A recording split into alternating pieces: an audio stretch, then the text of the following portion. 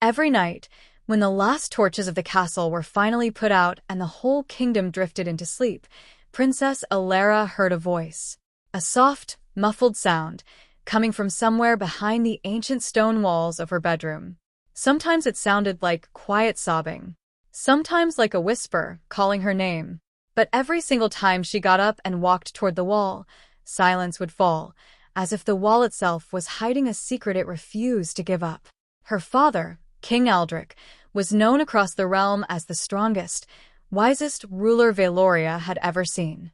But at home, in front of his own daughter, he often fell into a strange, heavy silence. Some nights, he would sit alone in his study, staring at an old wooden cabinet he never, ever opened. What secret had he been carrying for 15 long years? Was that voice behind the wall somehow connected to whatever pain he refused to speak of? One night, Elara finally found the courage to break that old lock, and inside, a worn, leather-bound diary fell into her hands. She had no idea that the very first page would change everything she thought she knew about her family, her father, and herself. This is the story of a daughter who found herself buried in her father's past. If you love emotional, magical fairy tales like this one, please hit that subscribe button so you never miss a new story. Now, let's step back into Elara's world. The kingdom of Veloria was a place people called the Land of Dreams. A tall, golden castle, its walls carved with centuries-old stories, stood proudly atop a mountain. Below, a lush green valley stretched out, and every morning a cool breeze drifted up from the forest into the castle gardens. Travelers came from far and wide just to see its beauty, but those who actually lived within its walls knew that something else was hidden beneath all that splendor. Princess Elara, 16 years old, was the castle's most beloved and most curious girl. Her eyes carried that particular spark found only in people who see the world as a string of unanswered questions. She loved books more than anything, was a skilled writer, and carried a quiet sadness for the mother she barely remembered, Queen Seraphina, who had passed away, they said, from an illness when Elara was only 5. King Aldric was, by all accounts, a good man, fair, just, respected. But there was a deep sorrow buried somewhere inside him, one that never quite surfaced in daylight. During the day, he was every inch the confident, capable ruler. But once night fell, a shadow crept into his eyes that Elara could never quite understand. More than once, she had overheard him talking to himself late at night. "Forgive me," he would murmur, as though speaking to someone who wasn't actually in the room. In the corner of his study stood an old wooden cabinet, one that had never, in Elara's entire life, been opened. She remembered noticing it as a small child, and every time she got close to it, her father's face would turn to stone. "Papa, what's inside that cabinet?" she had once asked him. "Nothing you need to concern yourself with," he had replied, and that had been the end of the conversation. But the question never left Elara's mind. And now, at 16, with those strange voices creeping through the walls at night, her old curiosity had hardened into something new, a restlessness that wouldn't let her sleep. One night, with the entire castle fast asleep, Elara lay in bed, wide awake, sleep nowhere in sight. That voice came again, clearer this time. A soft whisper, almost like it was calling her by name. "Elara." Her heart pounded. She threw off her blanket, placed her feet on the cold floor, and slowly slipped out of her room. The castle corridors always felt eerier at night. Torchlight cast long, flickering shadows on the walls, and every footstep echoed through the silence. The voice seemed to lead her straight toward her father's study. The door was slightly ajar. She peeked inside. The room was empty. Her father was likely away at one of his late-night council meetings, something that had become more frequent lately. Almost without thinking, Elara's feet carried her toward that old wooden cabinet. Her heart hammered in her chest, but her curiosity was stronger than her fear. An old, rusted lock hung on the cabinet door. Elara reached into her pocket and pulled out a small key, one she had found years ago in her mother's old jewelry box, a key she had never once used. "Maybe this will work," she thought. And as if by magic, the lock clicked open. Inside, A thick layer of dust coated everything. Cobwebs hung in every corner. But right at the top sat a single leather-bound book, old, worn at the edges, but clearly cared for with great tenderness. Elara lifted it with trembling hands. On the cover, a single word was written: Aldric. She slowly opened the first page. If someone is reading this, then perhaps I am no longer in this world, or perhaps I have finally found the courage to tell the truth. My name is Aldric, but at the point where this story begins, I was not yet a king. I was simply an ordinary man, led down this path by love and a promise I never intended to break. The book nearly slipped from Elara's hands. There was a pain in her father's handwriting that she had never felt before. And in that moment, she understood. This wasn't just a diary. This was her father's entire hidden life. Elara carried the diary back to her room, closed the door, and began reading by candlelight. The diary revealed that Aldric hadn't always been royalty. He had grown up in a small village, the son of a blacksmith. In his youth, he had been adventurous and free-spirited, dreaming of becoming a soldier, never a king. He wrote that one day, while traveling through a forest, he met a girl named Elara. She was a simple village girl, but her eyes carried a light he had never seen in anyone else. Their friendship deepened slowly into something far greater, a love that felt, to him, unshakable. Every moment with Elara felt like time itself had stopped, Aldric had written. We dreamed together, a small home, a quiet life, far from the conflicts of the wider world. But fate had other plans. A few years later, a neighboring kingdom launched an attack on Valoria. Aldric, who had by then become a soldier, earned a reputation for his courage in battle. His bravery caught the attention of the kingdom's general, and his name began to rise through the ranks. But during the war, an attack destroyed Leora's village. When Aldric returned, he learned that Elara had survived, but her entire family had not.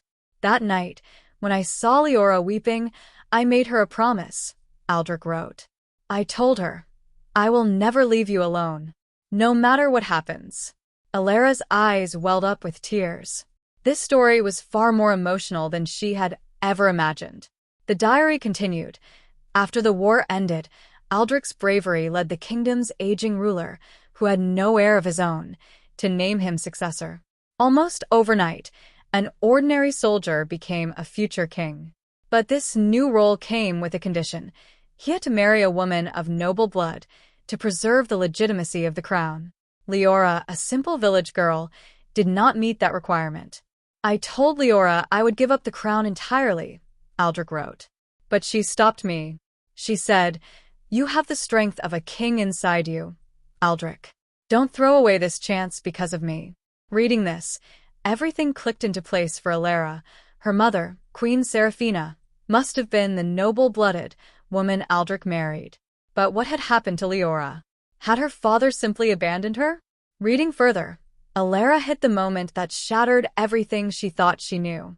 I did not marry Elara, but I never truly left her. We kept one secret. Elara was carrying my child, my daughter, but the world could never know. I sent her somewhere safe, far from the kingdom, so that my royal marriage would never put her life in danger. For a moment, Elara's heart simply stopped. She had a half-sister she had never known existed. The diary went on to explain that Leora's daughter, named Ren, had grown up in a small, distant village, never knowing who her real father was. But the saddest part was still to come. Elara, a few years earlier, had passed away from an illness. And Aldric, bound by his royal duties, had never been able to meet his second daughter face to face. He had only ever cared for her from a distance, sending money, watching over her secretly, but never once revealing himself. Every year, on Elara's birthday, I think of Ren. Is she happy too? Would she love me if she knew I was her father? I love both my daughters, but I cannot live with both of them. This is my greatest sin. Tears streamed down Elara's face. She had a sister who had likely never even known she had a royal father. But the diary held one more revelation. In one entry, Aldric wrote that Queen Seraphina, Elara's own mother, had known this secret all along. Serafina never fully forgave me for not telling her the truth until she discovered it herself. But her love for me was strong enough that she never left. She asked only one thing of me, that I never tell Elara until she was ready to hear it herself. Elara realized, in that moment, that her mother's illness might have carried its own hidden story, pain, loneliness, a secret that had quietly eaten away at her from the inside. Now, there was only one thing Elara wanted: the truth. No matter what it cost her, even if it meant confronting her father directly. The next morning, Elara walked into the throne room, diary in hand. King Aldric sat alone, staring blankly at a document in front of him, his mind clearly somewhere else entirely. "Papa," Elara said, her voice trembling, "I need to ask you something."